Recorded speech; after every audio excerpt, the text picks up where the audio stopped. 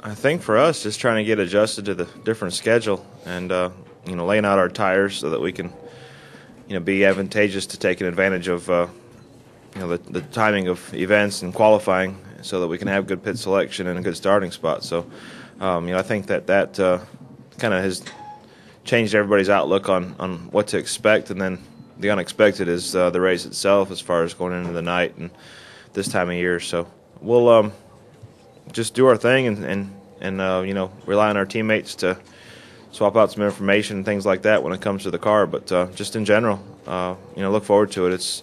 It was a good track for us last fall, and we got stuck on the outside on a restart behind. I think Biffle had no third gear and got shuffled back at the end. But just really enjoying the racetrack here as it's gotten some age on it and widened out, and it's still got the character of the bumps, but at the same time, it's really smooth and really fast.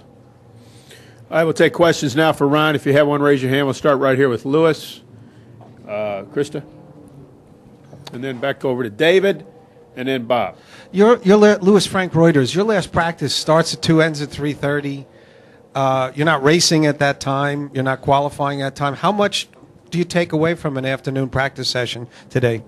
I don't know 100% the answer to that, other than the fact that I think it's closer than it was supposed to be, just due to the cloud cover that we have, that I don't think was supposed to come in until a little later, based on the meteorologists.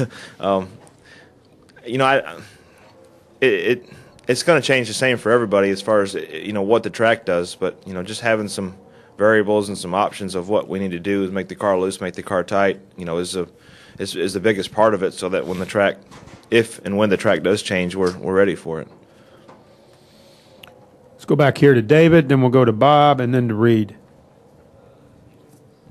David Caravella, NASCAR.com. Ryan, some guys yesterday said, the night race issue here maybe isn't that big of a deal because you finished races here in under dark before. And I mean, is that going to translate at all, or how big of an unknown is this because most of the race is now at night, whereas before you just finished?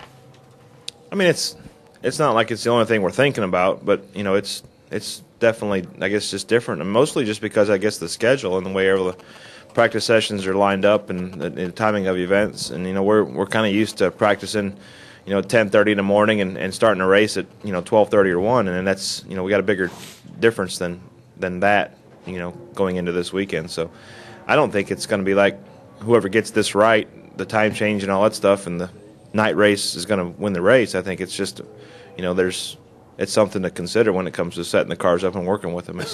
It's not a do or die situation. Let's go with Bob, Reed, and then Claire B. Lang. Bob Hocker, Scene Daily. I want to talk about pit road and pit road speeding this week, and I was curious how long it took you to kind of master the art of knowing where to go fast and where not, and is it a fun challenge for a driver, or is it kind of annoying to try to have to figure all this out? We do whatever we can to make the best of what we got to work with, and whether it's restarts or pit road or getting in and out of our boxes, there's rules that go along with everything, and it's how you work those rules and not get caught is been the name of the game for the last 50 or 60 years. So pit road's a part of it, and there's time to be made or lost, and getting on the pit road and off is another big part of it. So I have learned what to do and what not to do. I'm usually more conservative than most, but I feel that I can make more time up getting on and off pit road than I can on pit road. We'll go Reed, Claire B., and then Lee. Reed Spencer with Sporting News. Ryan, last night Richard Petty was honored by the Texas Motorsports Hall of Fame. In addition to his 7 championships, he holds records for wins, 200, wins in a season, 27, and 10 wins in a row. What took him so long to induct him? Good question. As a driver, which of those records do you find most impressive? I think the wins in the row. What was the number of wins in a row? 10. 10 in a row. 10 in a row is that's pretty stout. That's getting the job done week in, week out, without a doubt. And that to me is probably one of the biggest. You look at his number of wins, and he's got the starts to go along with that. I don't mean to knock him, and I'm not. But he's the 10 in a row. That's tough. and he did it when it was pretty tough racing back in the day. So that to me is your answer. Let's go Claire B., Lee, and then Steve Richards. Claire B., Sirius NASCAR Radio. Can you talk about the bumps and put them in perspective here to bumps at other tracks? You know, sometimes we talk about it and what you got to navigate, but how would you put these in perspective to maybe bumps elsewhere? There's a different way to characterize bumps versus humps versus dips, and you know the frequency of the bumps and you know how long that patch is, and you know here it's really just dips from the tunnels. We call them tunnel bumps, but they're really tunnel dips where the racetrack is settled.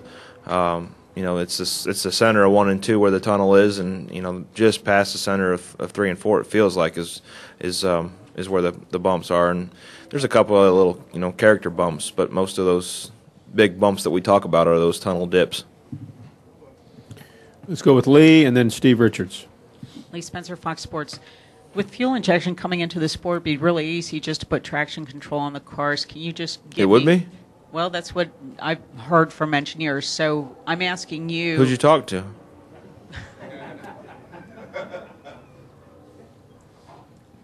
Can I finish my question? Yeah. And it'll be short. I have the right to interrupt. Yes, you do. You love this, don't you? You could have not stopped talking. You could have just kept going and just ignored me. I mean, that's an option too. I'm not your wife. Yeah. You never made me smile any bigger. Anyway, just, from a driver's perspective, why do we not want to see traction control in NASCAR? It's important that we see the drivers have a big impact on what the fans can attach themselves to. I've always said the more the driver has an impact on the result. I mean, I like it to be 50-50, the car and the driver. And you put traction control on, it takes a big part of the driver, like 25% of the driver out of it. And that's not good, I don't think, for the sport. And it gets to the point where the cars are robotic, where it's mostly just, the driver is just pushing the pedal and all he has to do is steer versus control the pedal. And I'm all for no traction control and keeping it closer to 50-50.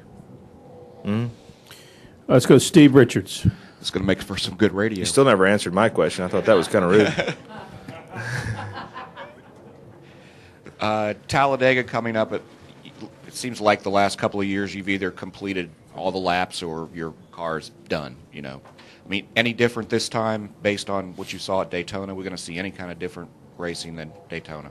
And we've got a different insurance program now for our race cars when we go to those racetracks. But, I think that we've learned a lot of things from last fall's Talladega that we applied to Daytona, and I think that a lot of teams have sharpened up their skills when it comes to Daytona for this coming Talladega. So, NASCAR at the same time has kept an eye on what we should be able to do and be capable of when it comes to the way we draft and how things work. And I don't know how all those things are going to work out. A lot of that depends on the ambient temperature of the day, and we could have a 60-degree day or we could have a 90-degree day, and that really changes the effectiveness of what we do.